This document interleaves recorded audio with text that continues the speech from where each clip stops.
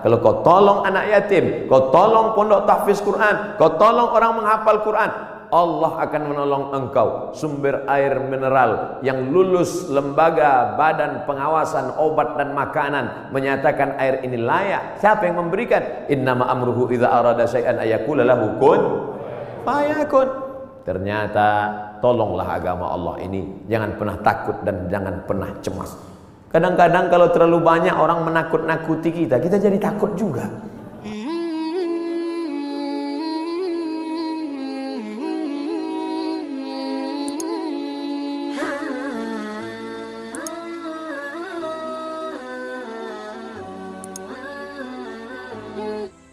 Bismillahirrahmanirrahim.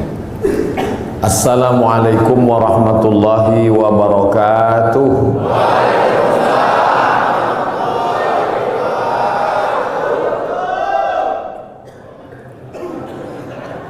Begitu kalau tentara menjawab. Alhamdulillah wassalatu wassalamu ala Rasulillah wa ala alihi wa sahbihi wa man da'a bi da'watihi wastanna bi sunnatihi ila yaumi liqa'i rabbih. Rabbi shrah li sadri wa yassir li amri wahlul 'uqdatam min lisani yafqahu qawli.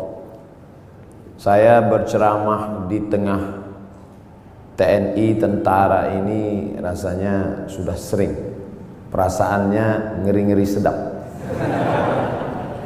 Dulu diundang oleh Komandan Korem Wirabima Riau Pekanbaru, dan biasanya mudah diingat karena mereka buat sesuatu yang khas.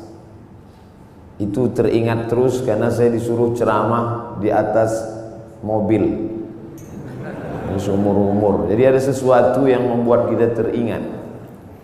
Berganti waktu itu Pak Nurendi, berganti komandan yang baru, itu teringat juga karena unik juga yang dia buat.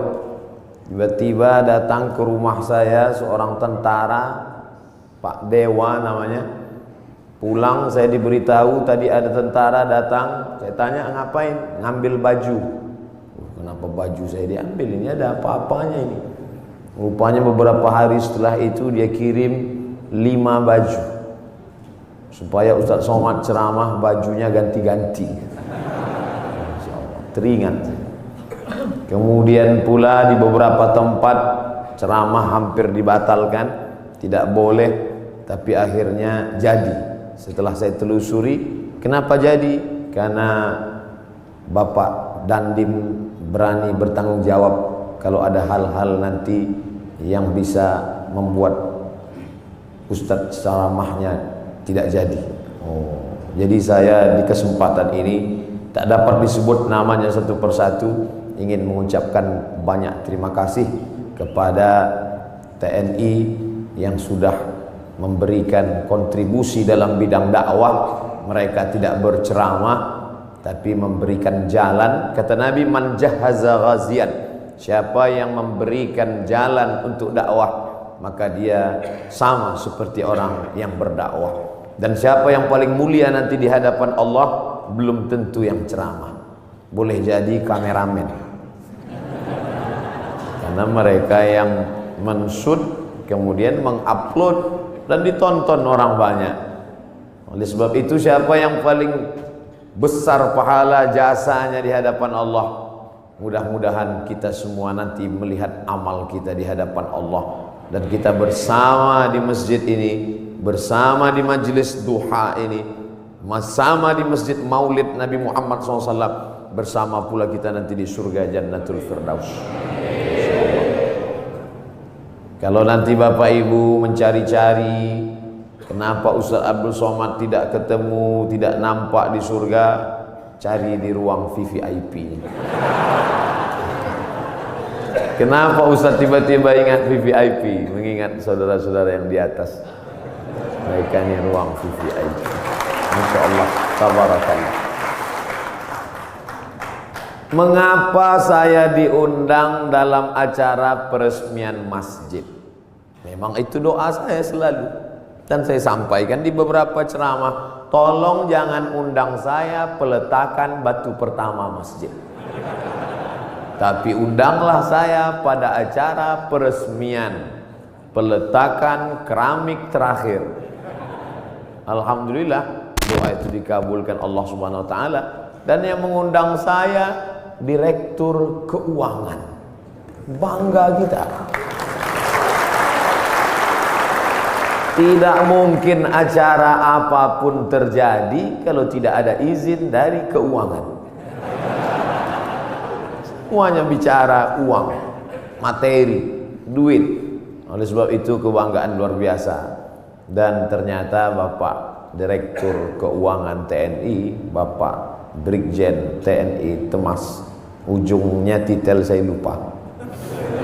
Beliau tidak melupakan pendahulu beliau disebutkan yang ke-17, ke-18, ke-19, ke-20. Ini yang sekarang terjadi krisis di tengah masyarakat kita, melupakan orang masa lalu. Siapa yang melupakan sejarah, maka dia sudah kehilangan pondasi, rapuh. Ini bangunan tegak berdiri karena ada pondasi. Abu Bakar Siddiq tidak mau naik ke atas mimbar di lantai 3. Mimbar Nabi itu lantainya 3, 1, 2, 3. Abu Bakar kalau khutbah di lantai 2 saja, di tangga nomor 2. Ketika ditanya kenapa tidak mau, karena yang tegak di tempat 3 ini Nabi Muhammad SAW. Ketika Abu Bakar meninggal, naik Umar tidak mau di lantai tangga nomor 2, dia tegak di nomor 1. Di bawah. Ketika ditanya kenapa? Karena yang layak di sini hanya Abu Bakar, yang di sini adalah Nabi. Mereka dulu begitu, orang sekarang enggak. Malah dia ganti itu tangga semua, ganti yang baru. Tidak menghormati orang masa lalu. Apa itu pendahulu itu, enggak buat apa-apa kata dia. Tapi hari ini saya sedang diajarkan, wahai Abdul Somad, hormati pendahulu, hormati orang masa lalu. Kalau bahasa Bung Karno-nya, jas merah. Jangan sekali-sekali melupakan sejarah. Walaupun TNI jasnya hijau. Oleh sebab itu maka kadang ada nasihat itu sesuatu yang diutarakan dengan lisan, lidah, kata-kata. Tapi ada perbuatan, action. Dalam pepatah Arab dikatakan lisanul hal afsah min lisanil maqal. Action, perbuatan jauh lebih berkesan daripada ucapan. Mari bangun masjid, mari kita bangun masjid. Man bana masjidan, siapa yang bangun masjid, banallah mithlahu baitan fil jannah, Allah bangunkan untuknya satu tempat dalam surga. Bolak-balik saya ceramah, tapi andai ada yang bertanya, Ustaz udah bangun masjid? Belum. Tapi ada orang yang tidak pernah ngajak orang lain, tidak pernah ceramah, tapi real, nyata hari ini. Yang bisa bangun dengan uangnya, bangun dengan uang.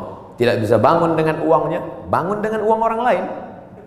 Tapi dengan kekuasaan yang ada di tangan kita, mumpung tanda tangan masih berlaku, mumpung ada segenggam kekuasaan di ujung jari titipan Allah, pakai menolong agama Allah Subhanahu wa ta'ala. Itu selalu ceramah saya ulang-ulang, dan hari ini saya melihatnya real, nyata. Mudah-mudahan ini menjadi inspirasi bagi seluruh orang-orang yang diberikan Allah amanah jabatan dan kekuasaan.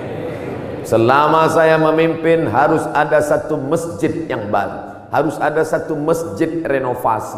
Kadang saya pergi ke salah satu kantor-kantor tempat ceramah, megah, besar, hebat, acara convention hall. Ketika nanya, Pak mohon izin mau sholat ke masjid, kecil, karpet pun bau kepinding.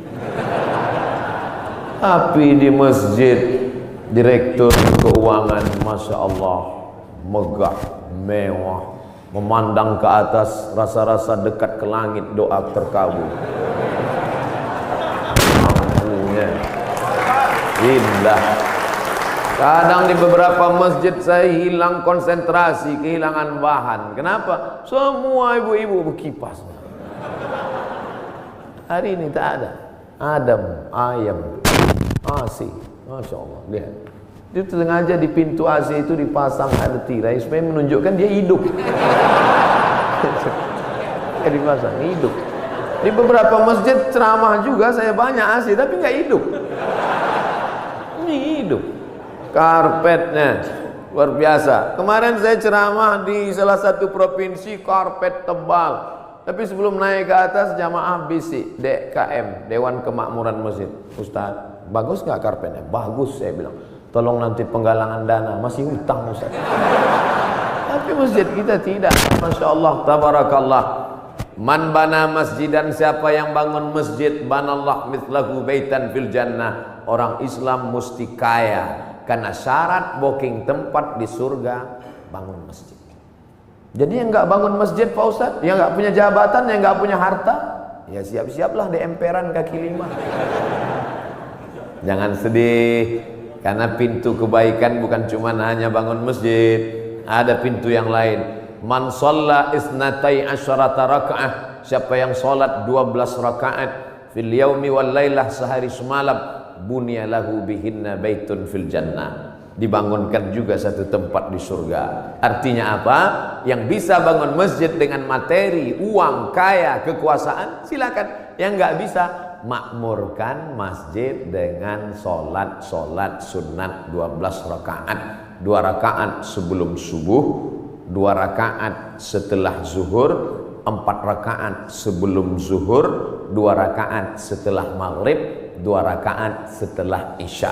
12 rakaat. 2 rakaat sebelum subuh, 4 rakaat sebelum zuhur, 2 rakaat setelah zuhur, 2 rakaat setelah maghrib, 2 rakaat setelah isya. Salat sunat, simple, booking tempat. Bangun masjid sudah, salat sunatnya juga lancar, mantap. Sudahlah nggak bangun masjid, salat sunat pun enggak. Mau tinggal di mana? Masya Allah, tabarakallah. Ditunjukkan bahwa segenggam kekuasaan bisa dipakai untuk menolong agama Allah subhanahu wa ta'ala. Ustaz Samad, ajarkan kami, ceritakan kami tentang Nabi Muhammad supaya kami merasakan bagaimana dekatnya dengan Nabi. Bapak-bapak TNI, tidak perlu saya ceritakan bagaimana kehidupan Nabi, karena yang paling bisa merasakan rasanya, gimana kira-kira perasaan Nabi saat itu adalah bapak-bapak tentara. Kenapa begitu? Karena Nabi itu kehidupannya sebagai panglima perang, panglima tentara. Nabi jadi Nabi mendapat wahyu umur 40. Berdakwah di kota Makkah 13 tahun. 40 tambah 13, 53. Memimpin perang terbesar bernama Perang Uhud di tahun kedua. 40 tambah 13, 53. Tambah 2, 55. Nabi di usia 55 tahun, perang Badar, naik kuda dari Madinah ke Badar, lokasi perang 150 km naik kuda. Tolong cari ustadz umat Nabi Muhammad yang umur 55 tahun naik kuda 150 km. Yang bisa melakukan itu hanya tentara, yang bisa merasakan sport, yang bisa merasakan naik kuda. 1 jam naik kuda sama dengan 1000 kali push up. Jadi kalau 150 km ditempuh Nabi usia 55, berarti 3000 kali push up. Siapa yang bisa melakukan itu? Saya nggak bisa. Saya ceramahnya aja mungkin bisa ikut Nabi, khutbahnya mungkin, tapi untuk melakukan seperti yang dilakukan Nabi Muhammad SAW, orang yang amat sangat sehat. Nabi umur 55 tahun memimpin perang 150 km, naik kuda 3000 kali push up menurut ilmu kesehatan. Hari ini apa yang dilakukan umat Muhammad umur 55 tahun? Membawa map ngurus pensiun. Jadi yang paling bisa merasakan itu adalah rasa sehatnya, rasa fit fisiknya, rasa kekuatannya. Iyalah, dia kan Nabi, kami kan manusia biasa. Ayatnya sudah dibacakan tadi. Wa ma Muhammadun illa rasul. Muhammad bukan Tuhan, Muhammad bukan malaikat, dia hanya seorang rasul. Qad halat min qablihi rusul. Rasul-rasul sebelum dia meninggal. Adam, Idris, Nuh, Hud, Salih, Ilyasa, Zakaria, Musa, Ibrahim meninggal dunia. Satu diangkat, Isa alaihissalam akan diturunkan di akhir zaman. untuk menegakkan agama Allah Subhanahu wa taala. Tapi yang jelas bahwa sebagian nabi itu meninggal, mati, dicabut Allah nyawanya. Dia manusia biasa. Allah tidak kirim malaikat. Seandainya Allah kirim malaikat ke atas dunia ini, orang akan berkata, yalah dia bisa buat gitu, dia kan malaikat. Tapi kita semua bisa berkata, dia manusia, saya manusia. Dia sehat, saya sehat. Mohon maaf Ustaz Somad, tadi saya terlambat menyambut selamat datang karena olahraga dulu. Begitu kata Bapak Direktur tadi. Dan di sini ada olahraga memanah, ada pula olahraga berkuda. Memanah, berkuda, persis seperti yang dipesankan. Alimu auladakum, ajarkan anak-anak kamu as-sibahah, berenang, ar-rimayah, memanah, warukubal khail, berkuda. Cuman yang saya heran, kenapa yang disebutkan cuman memanah dan berkuda? Berenangnya mana? Ternyata tentara tidak perlu disebut berenang, karena kalau tidak lulus berenang tak mungkin lulus jadi tentara. Memanah, tepat sasaran. Untuk apa lagi memanah? Kan sekarang sudah ada senjata. Bagaimana nanti seandainya ada suatu zaman lalu lewat meteor besar di atas muka bumi, lalu semua besi-besi tertarik, habis dia sedot seperti besi berani yang lewat di atas bumi, maka semua besi tertarik. Apa lagi yang bisa kita pakai kecuali memanah? Sehebat-hebatnya penembak sniper, tak ada lagi peluru, tidak ada lagi senjata, yang ada hanya panah. Maka memanah hari ini adalah senjata masa depan. Rukubul khail, berenang, menunggang kuda. Ustaz Somad cuma ceramah aja. Emang Ustaz pernah naik kuda? Itu yang video dan gambarnya viral, saya naik kuda. Tapi yang megang 4 orang. Ustaz naik ke atas, naik, foto, turun lagi. Memanah juga. Hebat juga Ustaz Somad, kemarin kami lihat video Ustaz memanah, tepat sasaran. Berapa anak panah tepat terus. Yang diupload yang tepat. Yang melesat nggak diupload. Membangkitkan motivasi anak-anak muda kita, pemuda-pemuda kita yang masa darah bergejolak, hawa nafsu luar biasa. Kemana disalurkan ini? Kepada 3: berenang, memanah. Ustaz, kalau kami banyak berenang ini, apakah hawa nafsu kami ini akan turun? Saya bilang, kalau kamu berenang sampai ke tengah sungai, ke tengah laut, bukan cuma nafsunya hilang, kamu hilang sekalian. Artinya apa? Islam tidak membunuh hawa nafsu, tapi hawa nafsu disalurkan dalam bentuk olahraga. Jadi jangan bayangkan Nabi Muhammad itu hanya duduk berzikir, baca Quran, lalu ketika datang orang cerita mati. Bukan begitu Nabi itu. Nabi itu panglima perang, strateginya luar biasa. Saat perang Badar, Nabi pagi-pagi sudah datang ke lokasi perang. Akhirnya lokasi perang dikuasai Nabi dan musuh ketinggalan. Kenapa Nabi awal? Nabi awal datang menyusun pasukannya di tempat matahari terbit. Karena Nabi pasti duluan, karena sebelum azan subuh dia sudah tahajud. Badannya sehat, habis tahajud witir, habis itu sholat subuh, langsung dia susun barisan. Datang pasukan musuh, sudah kehabisan tempat, sudah di booking duluan. Nabi susun barisan di matahari terbit. 1-0 sudah kena. Kenapa? Karena kalau disusun pasukan di matahari terbit, maka mata musuh silau. Mata yang silau tidak nampak di mana anak panah, di mana tombak, di mana pedang. 1 sudah kalah. Lalu kemudian dari mana Nabi tahu jumlah pasukan? Tempat mereka berkemah, datang seorang sahabat. Ya Rasulullah, ya, apakah ada wahyu turun di mana kita berkemah malam ini? Tidak ada wahyu. Datang sahabat kasih pendapat. Saya ada pendapat ya Rasulullah. Apa pendapatmu? Kita akan berkemah di lokasi ini, tempat oase, tempat air di gurun. Karena dengan menguasai oase, musuh akan kehabisan air minum. Karena mereka datang 500 km dari kota Makkah, Madinah, dan sampai di Badar. 2-0 musuh kalah sebelum perang.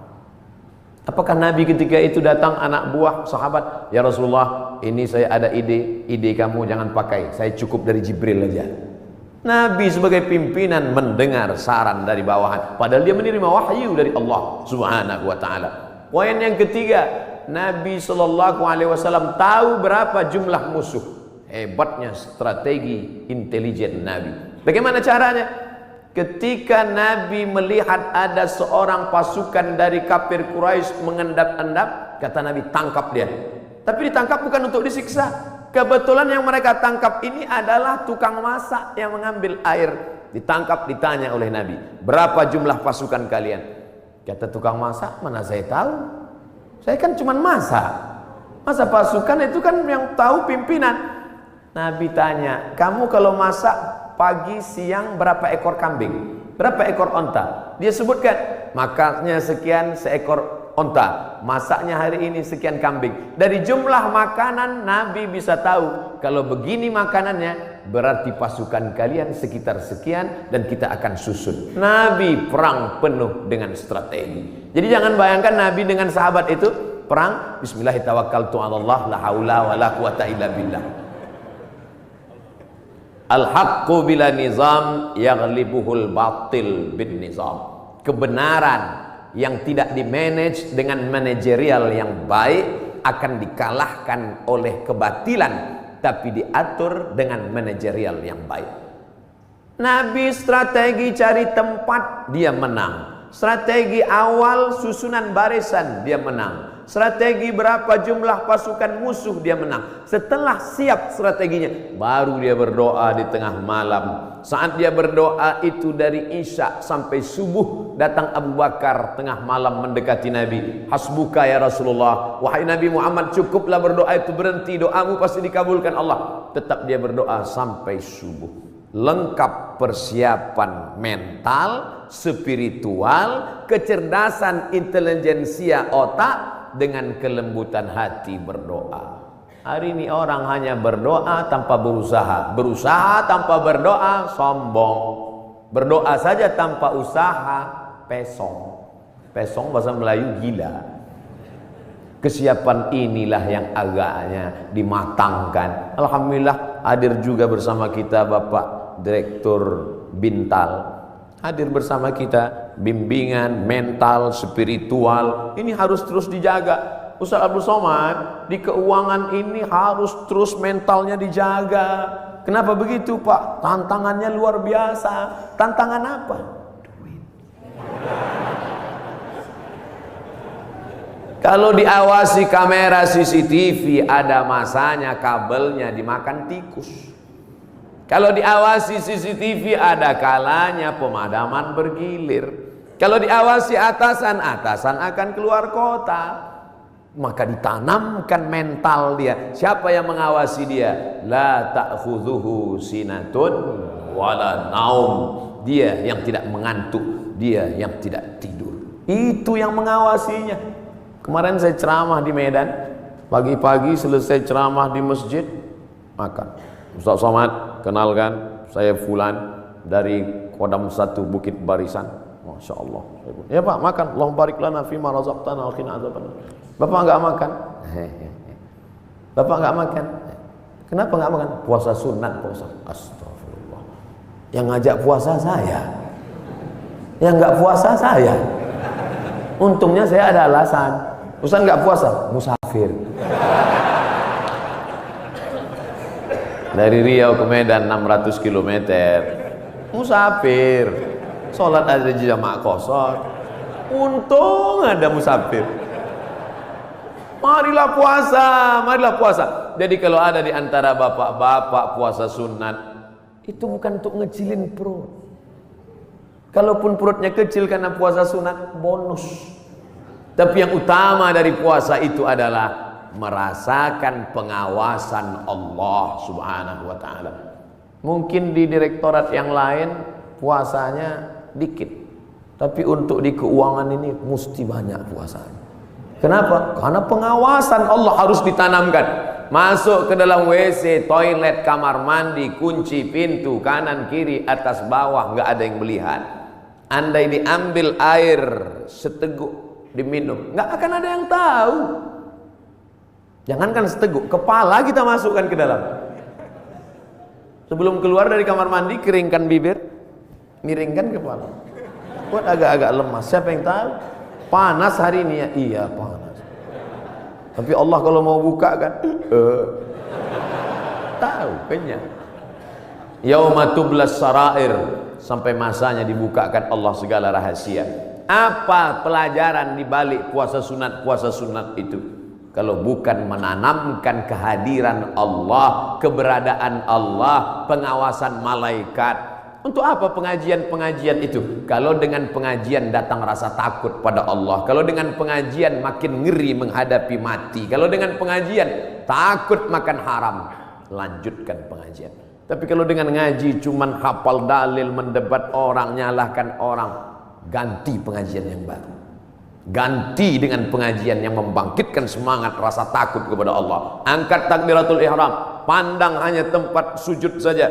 Allahu Akbar. Namanya takbiratul ihram. Ihram diambil dari kata haram, yang sebelumnya halal menjadi haram. Kepala-kepala kita yang gatal, kepala kita yang menggaruknya kita, tapi ketika kita garuk lebih dari 3 kali, haram, batal. Pada saat itu orang hanya melihat tempat sujud, siapapun dia.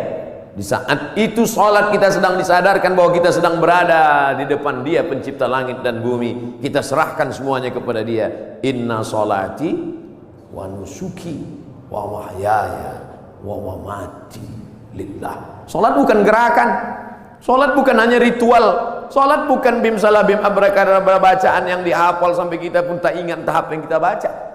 Satu hembusan nafas tuntas, iftitah, fatihah, ayat. Bahkan sekarang kalau ada orang sholatnya lama malah diajak, itu Syanu kok lama ya? Maklum mu'alaf baru masuk Islam. Ente kok cepat? Udah lama, udah hafal Pak Ustaz. Padahal sholat adalah perenungan. Selain dari Allah kecil, Allahu Akbar. Jabatan ini kecil, tak ada apa-apanya. Kekuasaan ini kecil, tak ada apa-apanya. Yang besar hanya Engkau ya Allah. Kalau sudah mampu mengecilkan yang lain, membesarkan yang Allah, maka kalau dia hilang tidak akan terasa, karena semuanya kecil. Banyak ibu-ibu yang sudah mampu membesarkan Allah sampai yang lain itu terasa kecil. Meninggal suaminya, slow aja nih. Ibu enggak nangis, kecil Pak Ustaz. Semuanya kecil. Ini hanya amanah Pak Ustaz, ini hanya titipan Pak Ustaz. Kebetulan tercetus keluar dari mulut, amanah. Masjid ini bernama Masjid Amanah. Lawan dari amanah, khianah. Amanah, khianah. Orang yang memegang amanah, al-amin. Orang yang mengkhianati amanah, al-khain. Ini namanya luar biasa, berat ini. Keluar dari amanah, khianah. Tidak bisa dibagi dua. Saya Pak Ustadz, kaki kanan saya memang amanah, tapi khianah sekali-sekali. Oh nggak bisa. Sifat orang munafik 3. Idza haddatsa kadzaba, kalau bicara dusta. Wa idza wa'ada akhlafa, kalau berjanji ingkar. Wa idza tumina, kalau dikasih amanah khana, berkhianat. Itu mengapa masjid ini diberi nama amanah. Maka sehari berapa kali masuk kemari? Subuh mungkin tidak. Subuh mungkin di Masjid Al-Ikhlas dekat rumah, mungkin di Masjid At-Taqwa dekat rumah. Tapi zuhur, asar. Tapi jangan gara-gara saya ucapkan ini lalu nanti takut sholat di sini. Kamu sholat di mana tadi? Masjid di luar aja lah. Kenapa nggak di amanah? Ngeri di situ. Kata Ustaz Somad. Masya Allah. Hati terus dikonekkan, jiwa terus didekatkan. Kalau sampai jauh dia akan kering. Bahwa kita semuanya lahir membawa iman ya. Iman ini sudah kita bawa sebelum masuk ke rahim ibu kita. Inna ahadakum yujma'u khalquhu fi batni ummihi arba'ina yawman nutfah. Kamu diciptakan dalam perut ibumu 40 hari dalam bentuk sperma. Summa yakunu 'alaqatan, berubah 40 hari dalam bentuk darah. Summa yakunu mudghatan, berubah 40 hari dalam bentuk daging. 40 hari air, 40 hari darah, 40 hari daging, 120 hari datang malaikat membawa roh yang sudah ready. Belum ada kulit, belum ada kuku, belum ada bulu, belum ada darah, belum ada daging, belum dibawa malaikat. Kita sudah bersama berkumpul di alam roh, dan Allah bertanya ketika itu, alastu bi rabbikum, bukankah aku Tuhan kamu? Kita semua menjawab, bala syahidna, engkau Tuhan kami. Cuman ketika sampai ke dunia dia lupa. Karena lupa itulah maka dia disebut manusia. Karena manusia diambil dari kata nasya, lupa. Apa yang disampaikan Ustaz Somad tadi? Aku lupa. Kenapa kau lupa? Karena manusia. Kalau ingat terus namanya bukan manusia. Apa namanya? Panasonic. Ini yang merekam ini nggak akan lupa, ingat terus. Jangankan bapak ibu yang dengar ceramah, saya yang ceramah aja lupa apa yang saya sampaikan. Tapi saya diingatkan. Yang mengingatkan saya siapa? Jamaah. Ustaz kan ngomong gini dulu. Masa iya saya ngomong gitu? Ini MP3-nya. Ini MP4-nya. Kamu dapat dari mana? Saya download Pak Ustaz. Di mana kamu download? Itu channel Ustaz Abdul Somad Official. Subscribe, like, and share. Jadi Masya Allah, internet ini luar biasa.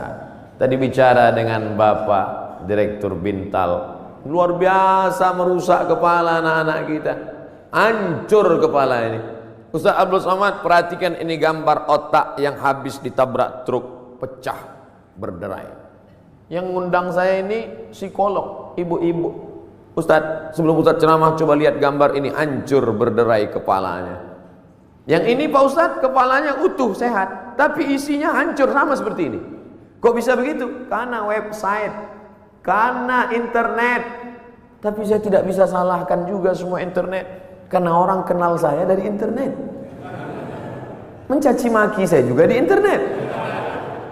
Oleh sebab itu maka pisau internet bermata dua, satu ke atas, satu ke bawah. Dipotongkan ke ayam, bagus. Dipotongkan ke bebek, oke. Dipotongkan ke sapi, bisa jadi hewan kurban. Tapi kalau ke atas memotong leher dan urat nadi, dia bisa mati. Siapa yang bisa mengontrol sekarang? Kalau bukan iman dan takwa kepada Allah Subhanahu wa ta'ala. Maka saya bangga, Ustaz Abdul Somad, ini imam kita, ini khotib kita, pakai baju tentara. Kami yang sipil yang tidak punya seragam ini terus terang amat sangat bangga melihat bapak ibu menjadi khotib, melihat bapak ibu jadi imam, melihat bapak ibu menjadi orang yang sholat berjamaah. Dulu susah kalau mau menasihati orang, mari sholat, mari puasa, mari berjamaah.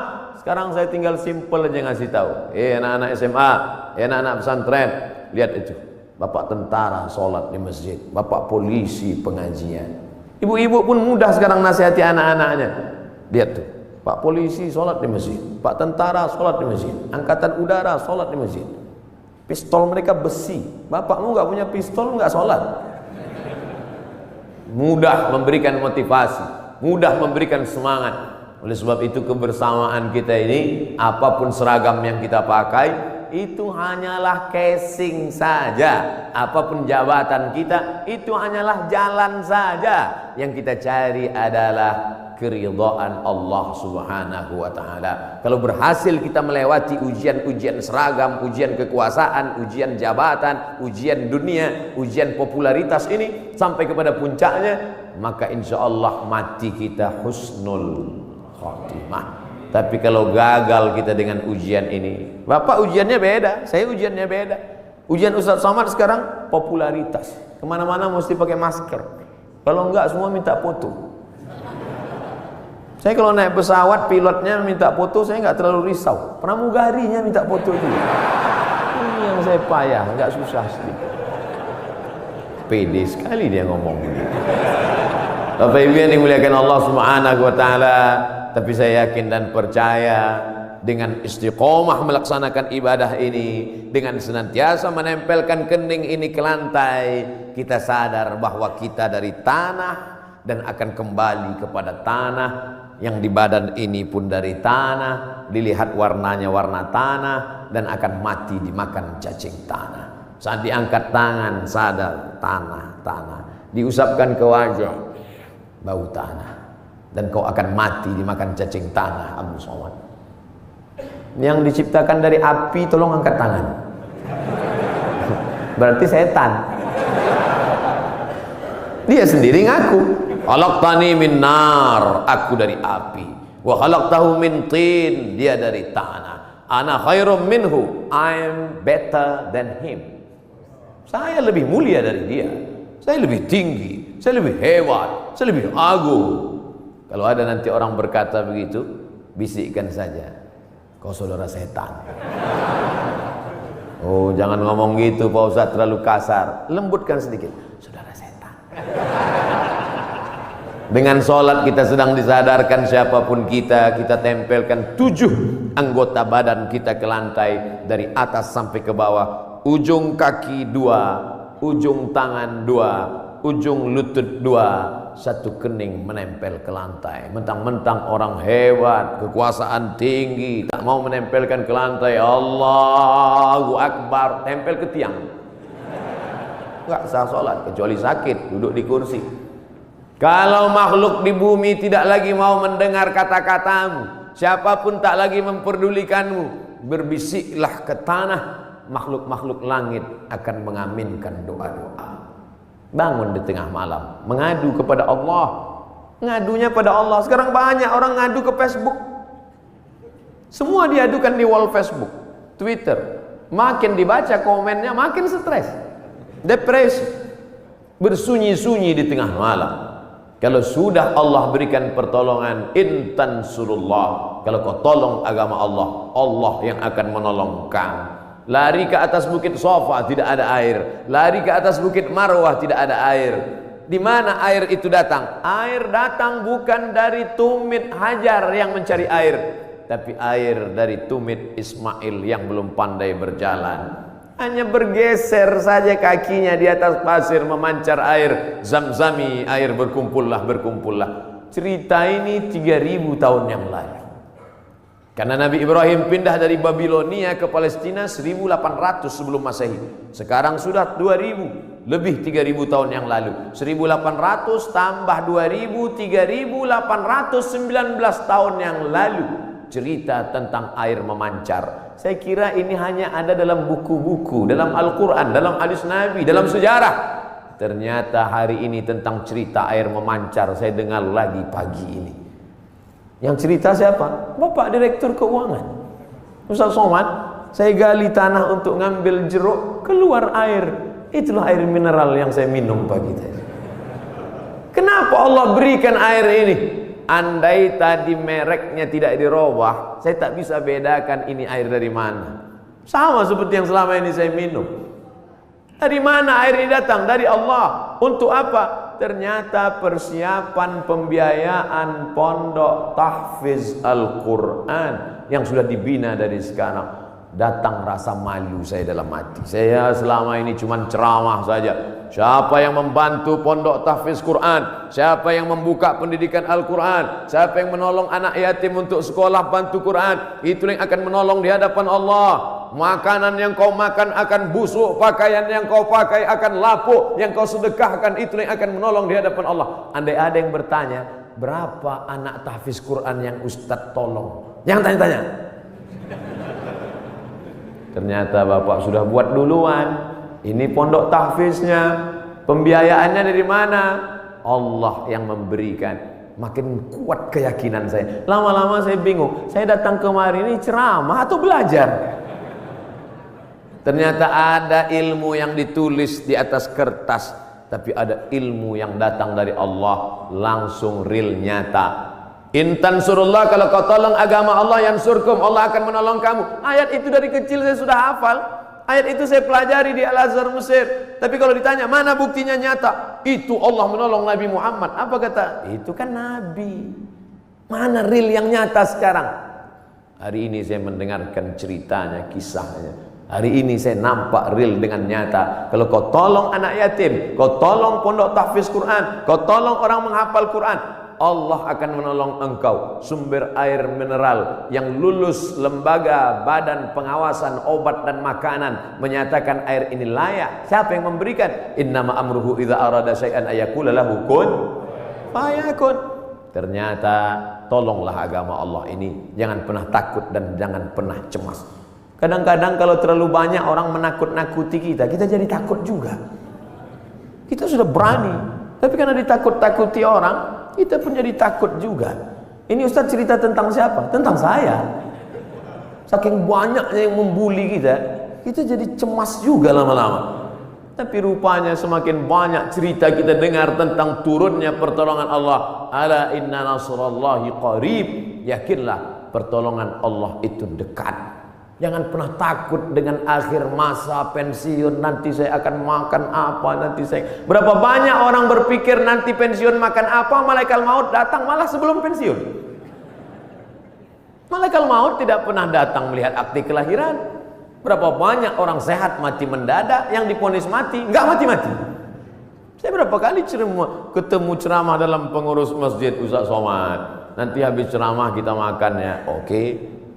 Bedanya kalau di masjid lain setelah ceramah baru makan. Di kantor keuangan TNI sebelum ceramah udah makan duluan.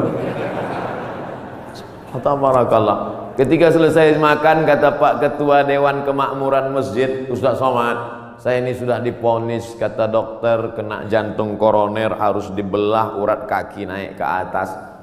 Terus saya takut Pak Ustadz ngelihat ayam potong dibelah. Jadi ya saya nggak dioperasi.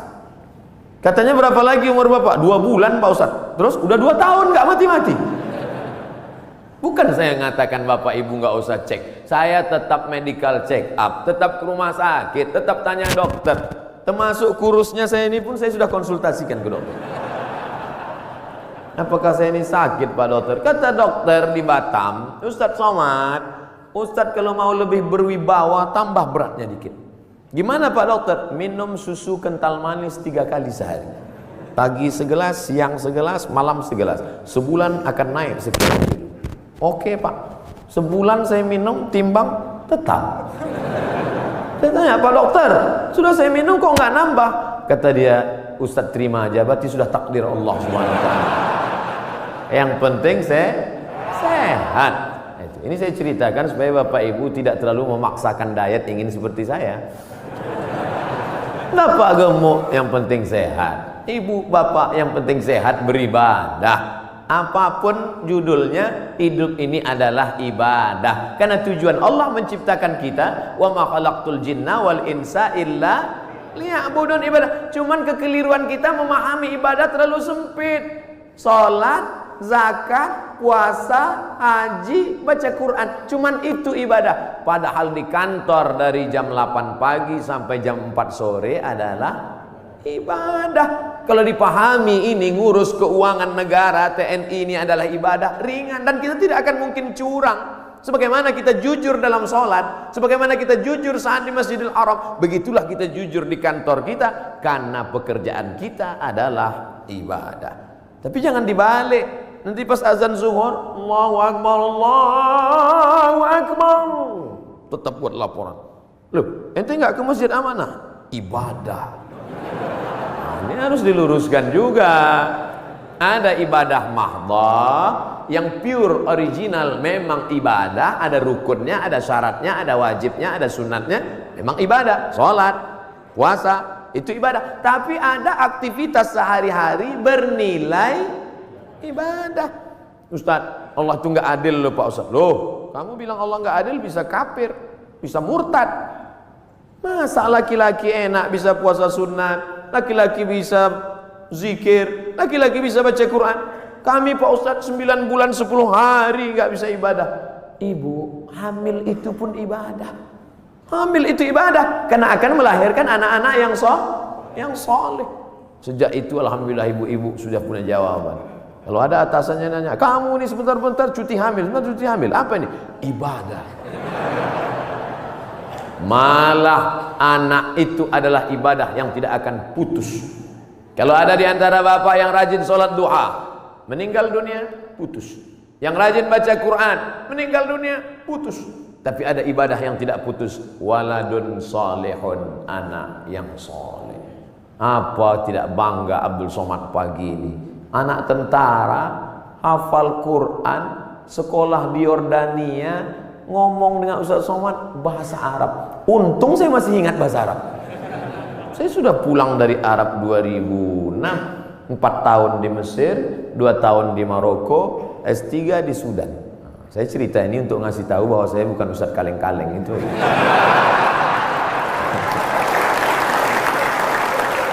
Kadang kalau ada orang cerita itu kita terlalu fokus pada kata-katanya. Sebetulnya Di balik cerita itu yang penting, bukan kata-katanya itu.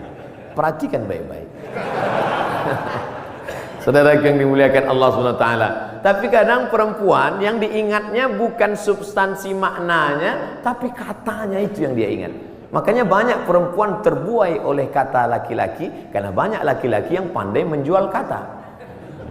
Tapi kita harus pilih kata yang tepat, karena perempuan selalu mengingat kata yang tepat. Makanya Nabi tidak pernah panggil nama Aisyah. Nabi tak pernah panggil hei Aisyah, tidak. Tapi dia gunakan kata yang lembut. Ya Humaira, wahai engkau yang kulitnya putih kemerahan. Karena perempuan akan mengingat kata pujian itu. Ya Humaira, tentara yang tegas, tapi ketika bertemu dengan ibu-ibu Persit, Kartika, Chandra, Kirana, maka kalimat dia tidak kalimat perang. Tidak mungkin dia pakai siap, katanya. Tidak. Tapi dia pakai kata-kata yang lembut. Nabi Muhammad panglima perang, Nabi Muhammad tentara, tapi kepada perempuan apa kata dia kepada Aisyah? Ya Humaira, wahai engkau yang kulitnya putih kemerahan. Ustaz Somad, ya boleh saya panggil istri saya Humaira? Boleh. Tapi dia enggak putih, enggak apa-apa. Menyenangkan hatinya, apa salah? Ya Humaira, jangan terlalu jujur. Ini pulang ke rumah manggil ya Hajar Aswad.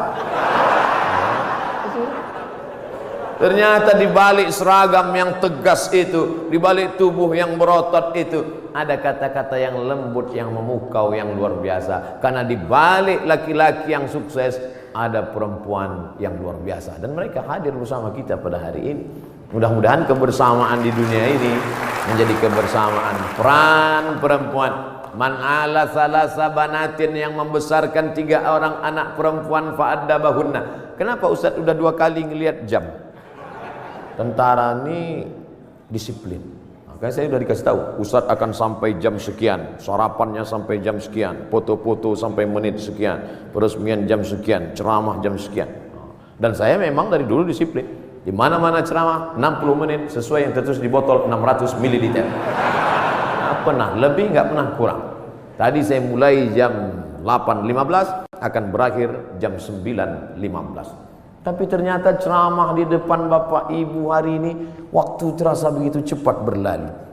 Sudah jam 9:05, 10 menit lagi berakhir. Padahal rasanya saya baru 5 menit aja di atas. Kata jamaah, Ustaz aja yang merasa cepat, aku udah lama kali udah.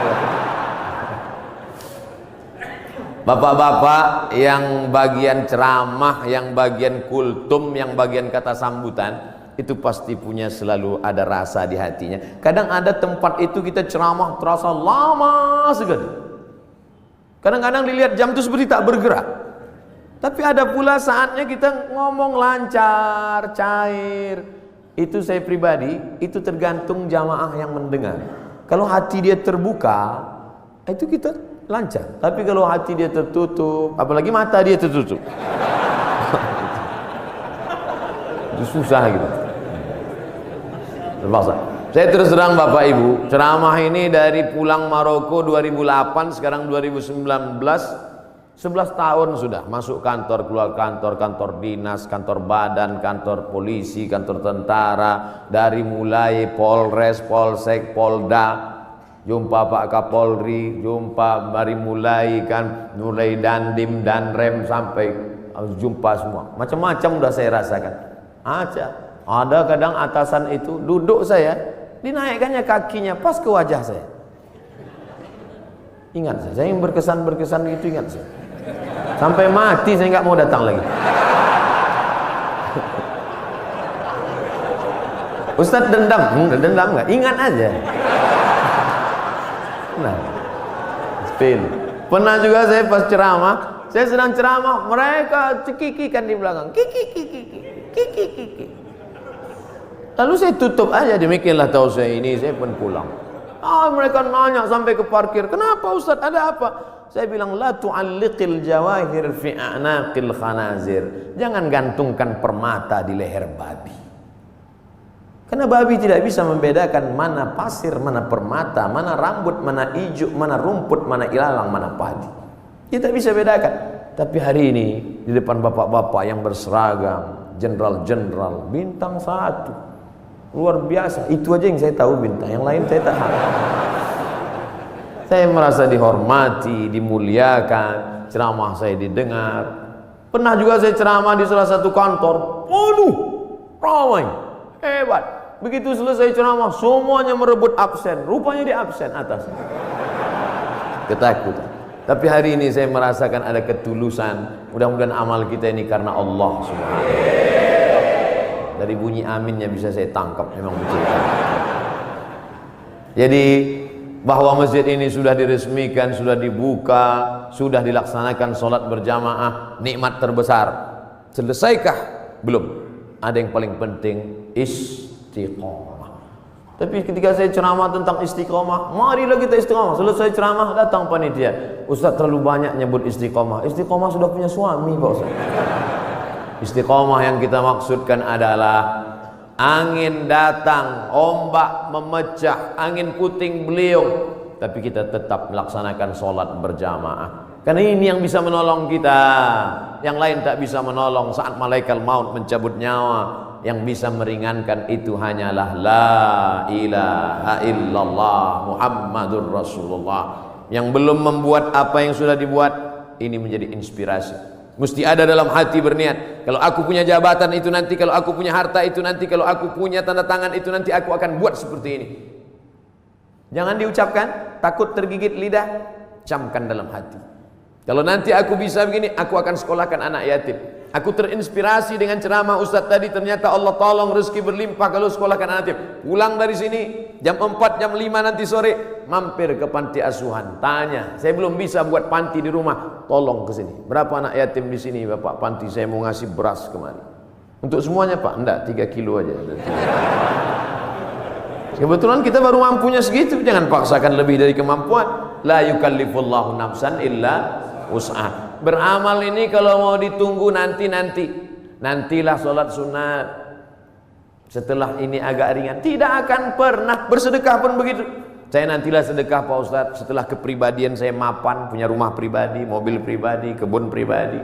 Nantilah Pak Ustadz setelah anak kuliah, ternyata biaya kuliah makin tinggi. Nantilah setelah anak kerja, ternyata setelah kerja persiapan untuk nikah. Nantilah setelah anak punya anak, ternyata cucunya lebih banyak lagi biaya. Sampai mati kita tidak pernah beramal. Mumpung masih sehat, sempat-sempatkan. Mumpung masih ada, sempat-sempatkan. Mungkin yang kecil itulah nanti akan menolong kita di hadapan Allah Subhanahu wa ta'ala. Abdul Somad diminta bercerita tentang Nabi Muhammad dalam waktu 60 menit. 63 tahun mau diceritakan 60 menit. Bahasa Arabnya mustahil. Impossible, tidak mungkin itu. Oleh sebab itu kita gunakan telinga, datang pengajian, ceramah, tausiah, maulid. Wal basar, mata, baca buku. Saya anjurkan di bulan maulid ini beli buku sejarah Nabi, macam-macam. Saya pernah diberi oleh Bapak Dirintel, judulnya Intelijen Nabi. Bagus. Jadi yang dibaca itu khusus aspek intelijen Nabi. Saya pernah juga diberi buku, tapi untuk buku umum yang bahasanya simple, sederhana, judulnya Ar-Rahiq Al-Makhtum. Tidak diterjemahkan ke bahasa Indonesia judulnya. Memang itu judulnya, Ar-Rahiq Al-Makhtum, tapi isinya bahasa Indonesia. Ditulis oleh seorang pemenang Nobel Sejarah Islam Internasional dari India, namanya Syekh Safiur Rahman Al-Mubarak Furi. Dulu bukunya saya beli 44.000, soft copy, soft cover. Kalau harganya naik bukan tanggung jawab saya. Beli. Nanti kita mati, anak kita buka lemari, menangis dia melihat buku, ternyata papa meninggalkan buku tentang Nabi. Pertama dia nangis karena ada warisan tentang Nabi. Yang kedua dia nangis bukunya masih di sampul plastik. Tapi nggak apa-apa. Tanamkan cinta Nabi pada anak-anak kita, supaya sebesar apapun jasa kita, anak kita lebih hormat Nabi daripada kita. Kenalkan anak kita dengan Nabi. Tadi sebelum kemari saya ketemu dengan sahabat-sahabat dari artis. Kalian tidak bisa ceramah, buat film animasi, buat film cerita tentang Nabi. Nusa dan Rara. Cerita tentang Nabi untuk anak-anak kita. Kan nggak mungkin anak-anak itu saya ceramah Nabi. Kumpulkan anak 5 tahun saya ceramah. Assalamualaikum Rasulullah. Nggak peduli mereka. Sesuai dengan bahasa mereka masing-masing. Ibu-ibu dengan video pendek share di grup-grup WhatsApp. Anak-anak dengan video-video animasinya. Bapak-bapak dengan ceramah khutbah Jumatnya. Tapi yang paling penting adalah perbuatan kita, tindak tanduk kita mencerminkan Muhammad sallallahu alaihi wasallam. Biasanya Ustaz Somad kalau ceramah itu pakai poin 1, 2, 3. Di sini tidak, karena saya berhadapan dengan jamaah yang smart. Ustadznya Somad. Jamaah sudah bisa menyimpulkan sendiri. Apalah kesimpulan ceramah Ustaz Somad tadi? Kesimpulannya adalah hidup adalah ibadah.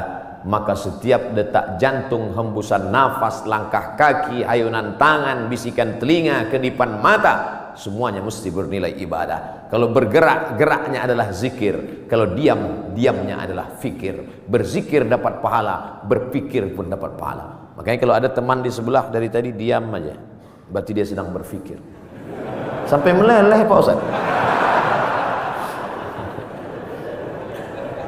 Waktu-waktu kosong diisi dengan Allahumma salli ala sayyidina Muhammad wa ala ali sayyidina Muhammad. Allahumma salli ala sayyidina Muhammad wa ala ali Muhammad. Allahumma salli ala sayyidina Muhammad wa ala Muhammad. Ketika terjadi tsunami, dicarilah makam-makam yang tertimbun. Ada satu makam belum dikebumikan, jasad di balik-balik kayu batu ditemukan jasad seorang tentara masih berbaju seragam. Sudah seminggu jasadnya tidak busuk, utuh. Semua orang heran, dia bukan ustaz, bukan penghafal Quran, manusia biasa. Apa yang membuat jasadnya tidak busuk, harum semerbak? True story, kisah nyata. Dicari teman-temannya, apa yang membuat? Dia tidak pernah mau membicarakan aib orang lain. Setiap ada orang-orang cerita aib, dia pergi atau diam dan selalu berzikir. Allah jaga jasadnya dari cacing tanah. Allah jaga jasadnya dari bakteri sehingga tidak tercium bau aroma bangkai, karena dia selalu menjaga aib orang lain. Amal kecil, simple, sederhana yang disangka tidak apa-apa tapi ternyata besar di hadapan Allah Subhanahu wa taala. Sebelum kita berdoa, saya minta request satu doa. Dimanapun Bapak Ibu berada, doakan Abdul Somad supaya mati husnul khatimah. Jangan sekarang, kita masih ada jadwal banyak lagi. Tapi mati tidak bisa di request. Jangan pernah takut pada mati. Yang perlu kita khawatirkan apa bekal kita bawa menghadap mati, menghadap Allah Subhanahu wa taala. Di akhir majlis, majlis yang dihadiri malaikat, majlis yang dibanggakan Allah, majlis yang diaminkan oleh orang-orang soleh, mari kita berdoa. Mohon ampun banyak silap dan salah. Astaghfirullahalazim, astaghfirullahalazim, astaghfirullahalazim alladzi la ilaha illa huwal hayyul qayyum wa atubu ilaih. Ala hadhihi niyyah, untuk niat yang baik ini. Al-Fatihah. A'udzubillahi min